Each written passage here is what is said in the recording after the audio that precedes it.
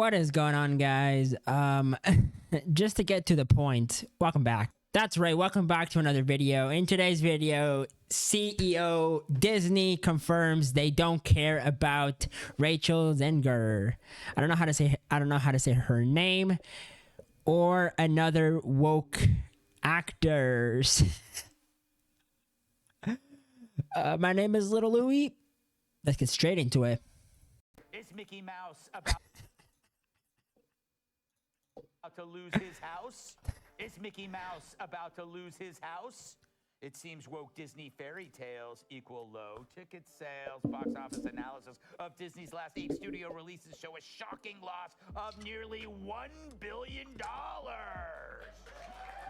Disney, which was formerly associated with enchanting storytelling and family-friendly classics, is currently the subject of contentious discussions. Fans have responded negatively to recent scandals over its casting decisions, redesigned storylines, and public remarks made by stars like Rachel Zegler. For a business that once looked untouchable, these problems, along with poor box office releases, provide a concerning picture. And one, there's just some fun facts. I'm digging up my dictionary. Brett Cooper is coming for you. Brett Cooper is coming for you. Disney's reaction, however, is unexpected. They seem to welcome controversy rather than prevent it. Every Disney motifs and every unfavorable review seem to have a larger function. Disney benefits greatly from being discussed, both favorably and unfavorably. The key question is whether this approach will ultimately benefit or harm their brand. Let's examine how Disney capitalizes on these problems, beginning with Rachel Zegler's Oh my comments. goodness. I mean, you know, the original cartoon came out in 1937, and very evidently so. There's a big focus on her love story with a guy who literally stalks her. Yeah. Weird. Weird. The casting of Oh Rachel my Zegler as gosh, Snow White and nah. her comments regarding the 1937 original masterpiece sparked a media frenzy. She attacked the well-liked animated movie for being out of date and devoid of contemporary morals. However, her remarks were interpreted by fans as disparaging a treasured aspect of Disney's past. Many accused Disney of pushing woke storylines at the price of storytelling fidelity, and the criticism was fast and severe. Disney chose to capitalize on the incident and allow Zegler's divisive remarks to keep Snow White in the news despite the outcry. It was obvious that the attention, whether positive or negative, was more important than pleasing conventional fans. This strategy demonstrates that Disney is more focused on remaining relevant in a congested entertainment market than it is on maintaining audience loyalty. Is this risk worthwhile, though? Let's examine how Disney's most recent box office results compare in order to provide an answer. Disney's recent box office performance has not been particularly impressive. Strange World and Lightyear completely failed, while The Little Mermaid barely made a profit despite extensive marketing campaigns. These losses weren't insignificant either. According to box office data, Disney lost around $1 billion on its past 8 studio titles combined. These figures are troubling for a business that used to make every release into gold. Consider the story of The Little Mermaid. Its controversial reaction and casting decisions contributed to its considerable buzz, but its profits were insufficient to pay for the entire cost of production and promotion. In the same vein, Lightyear's attempt to branch out from Toy Story was a failure due to criticism of its artistic decisions. Disney's approach is really called into question by these setbacks, but the issue goes beyond the stats. What is making viewers so weary? For a long time, Disney has depended on its animation classics, Marvel and Star Wars franchises to generate revenue. However, what used to be a tried and true recipe now feels like a crowded market. In comparison, Let Brett Cooper movie. It's gone now. We need to talk about. We need to do other things like women in power. Or come on, man. appear to be PR nightmares. One thing is guaranteed by every social media threat, every viral argument, and every scathing YouTube video: Disney is in the spotlight. For example, the casting of Halle Bailey as Ariel in The Little Mermaid sparked intense debates on both sides of the issue. Even the movie's premise was overshadowed by this issue, but it kept Disney in the public eye for months. In a similar vein, Rachel Zegler's comments regarding Snow White ensured that the film remained current long before it was released. But can a That's her. sustained on Oh, what the controversy hell? alone? The comprehend Disney's more general difficulties. Let's look at how the entertainment industry is changing due to changing audience preferences. The viewers of today are different from those of Disney's heyday. Platforms like YouTube, TikTok, and Twitch, which are dominated by short-form entertainment, gaming, and anime, are attracting younger generations. For these viewers, the classic Disney mix of passionate stories and animated musicals seems less applicable.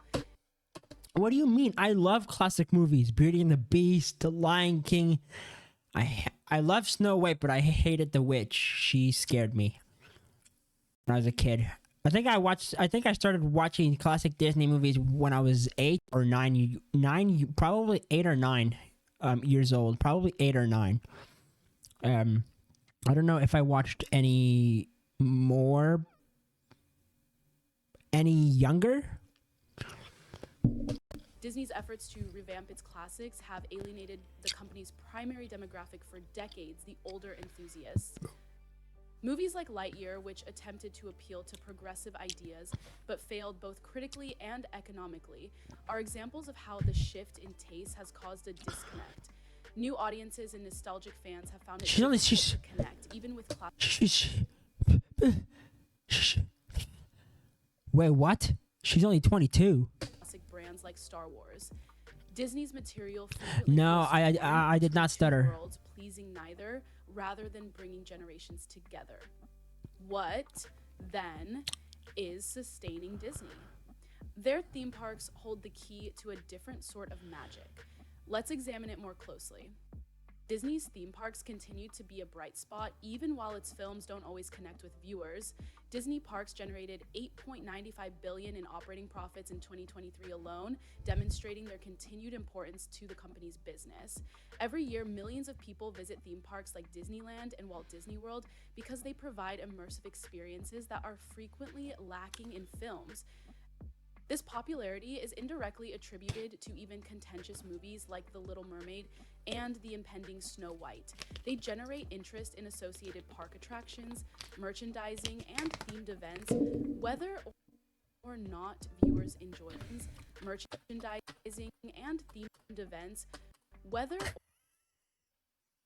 Go for it, girl. Go for it. or not viewers enjoy the films. I'm watching. example- I'm watching the Daily Wire Brett Cooper Snow White movie. To be honest with you, I will, and I am. Disney parks redesigned rides and new items with an Ariel theme keep fans interested long after the film has left theaters. Although parks' consistent income helps offset movie office losses, it also begs the question of whether Disney can continue to rely on parks alone to maintain its charm. Flicks and hefty production costs imply otherwise. The budgets for Disney's latest movies have skyrocketed, matching those of entire companies. Consider the forthcoming Snow White remake, which is said to have cost more than $330 million to make. Even hefty tax rebates from filming in the UK barely scratch the surface of these staggering figures, and the spending doesn't stop there. Pandemic delays and intensive CGI work only made the cost even higher. With campaigns that span TV, social media, and merchandise collaborations, Disney's marketing budgets are as lavish. So stay tuned for more new announcements, but without further ado, here is our conversation with Mel. However, the losses are enormous when these high-budget movies don't bring in the same amount at the box office. For example, The Little Mermaid found it difficult to pay for its high production and marketing expenses. It is evident that Disney is wagering on huge investments with declining returns. And keeping in mind, the stakes are bigger than ever with this amount of money being spent. Disney, however, appears to be unfazed since they have a secret weapon, streaming. Disney Plus has emerged as the company's secret weapon, offering a backup plan in the event that box office results fall short of expectations. A movie frequently finds a second life on streaming services, even if it does poorly in cinemas. Lightyear and The Little Mermaid, for instance, may not have sold out theaters, but when they debuted on Disney Plus, they increased traffic and subscriptions. What? So I think, very confused views will eventually enter state courts and it'll be quickly dismissed when there's no long-term sustainability. long after their theatrical runs, streaming guarantees that these projects will continue to be significant assets. A movie that fails in theaters may nevertheless spark interest in spin-offs or series that are only available on Disney Plus, such as The Mandalorian for Star Wars fans. Disney Plus also acts as a hub for growing franchises. This ecosystem approach converts short-term losses into long-term advantages by keeping fans interested across many forms. But it's not inexpensive to establish this streaming empire, and it's a strategy that depends on consistent viewer engagement. How does Disney manage to keep people interested then? As we'll see next, the solution is in their capacity to control cultural discourse. For Disney, maintaining its prominence involves more than simply ticket sales. It also entails demonstrating to investors their cultural significance. Disney is in the news due to controversies around casting decisions or public outcry. These viral events, which range from Rachel Zegler's statements to arguments about The Little Mermaid, reassures stakeholders that Disney continues to attract attention in a saturated entertainment market. Investors are more interested with the long term than with specific box office results. Disney Plus subscriptions, theme park visits, and product sales are all important revenue sources that can be boosted by a divisive film. Even when conventional measures like box office performance deteriorate, Disney has an advantage thanks to its complex education program and problems regarding box office results because it suits the marketing strategy and short-term analogies as time listening to them rather than being framed by whether to deeply care. However, there are risks associated with relying on controversy. Will this tactic be able to maintain the emotional bonds Disney formerly had with its audience? Let's look at how the enchantment of Disney narrative has changed or diminished to get a sense of what's at risk. Disney was once a superb storyteller who produced timeless masterpieces like Aladdin, Beauty and the Beast, and The Lion King. These movies created strong emotional bonds with viewers in addition to providing them with entertainment. However, that charm seems lessened today. A lot of Disney's recent endeavors have come under fire for lacking originality, being unduly commercial, or being created more to promote stuff than to tell compelling tales.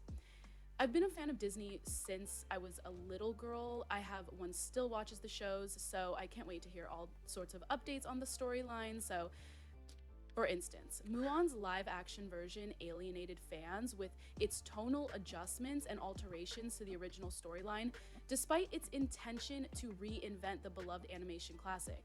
These contemporary remakes frequently lack the passion and uniqueness that characterize Disney's golden age, in contrast to the original Beauty and the Beast or The Lion King. Disney's decades-long goodwill might be eroded if business is prioritized over storytelling.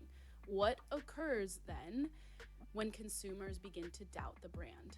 Disney is now frequently the target of public outrage, with boycotts frequently making the rounds on social media.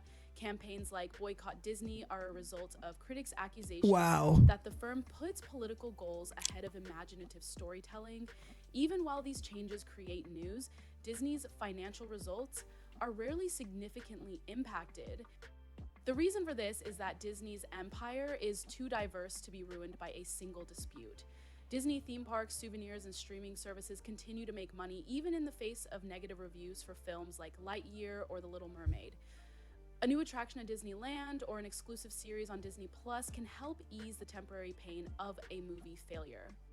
For example, despite the Little Mermaid issue, dolls and Halloween outfits were released and sold well. Disney's current strategy, which has kept them in the public eye due to scandal and franchise overload, is a risky one.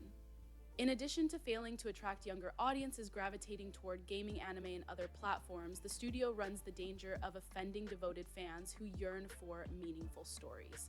Disney must return to its core values in order to regain its footing. Heartwarming, unique tales that appeal to all ages. Finding a balance between timeless appeal and contemporary sensibilities is the difficult part. Disney may lose its position permanently and be overtaken by rivals if it is unable to preserve the charm that once made it. Just one comment? Holy shit. What do you think of this then? Tell us in the comments section below. Well, I mean, I'm gonna tell you nothing, okay? I'm sorry. Anyway, thank you so much for watching, guys. Let me know what you guys think about the new movie. And are you going to watch that one, or are you going to watch the Brett Cooper one? Whatever you decide, it's all up to you. Thank you guys so much for watching. Hope you enjoyed the video. Kalabanga.